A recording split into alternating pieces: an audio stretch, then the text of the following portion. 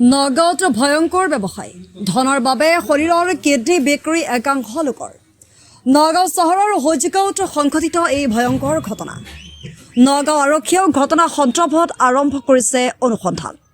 kidney বিক্ৰীৰ অভিযোগত তিনিজনক আটক নগাঁও আৰক্ষীৰ আটক ধৰণী দাস মহেন্দ্ৰ দাস আৰু দীপ দাস তিনিজনৰ বিৰুদ্ধে কিডনী বিক্ৰী কৰাৰ অভিযোগ কিডনী বিক্ৰীত এটা চক্ৰত জড়িত থকাৰ সন্দেহ একাংশৰ আমি নিউজ নগাঁও দৰ্শকসকলক দিব বিচাৰিছোঁ এটি গুৰুত্বপূৰ্ণ খবৰ নগাঁৱত ভয়ংকৰ ব্যৱসায়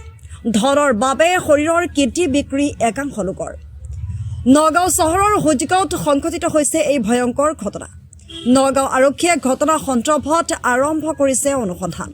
কিডনী বিক্ৰীৰ অভিযোগত তিনিজনক আটক নগাঁও আৰক্ষীৰ আটক ধৰণী দাস মহেন্দ্ৰ দাস আৰু দীপ দাস তিনিওজনৰ বিৰুদ্ধে কিডনী বিক্ৰী কৰাৰ অভিযোগ কিডনী বিক্ৰীত এটা চক্ৰ জড়িত থকাৰ সন্দেহ একাংশৰ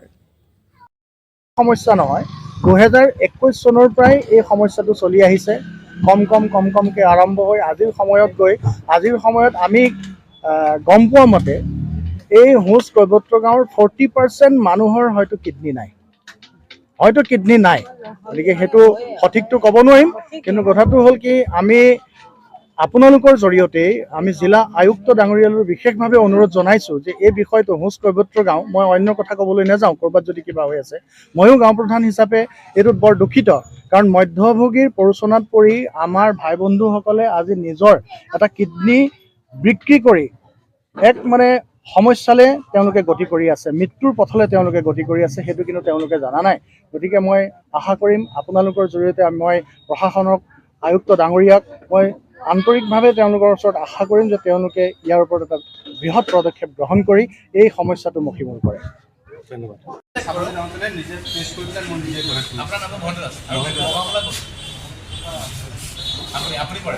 আপোনালোকৰ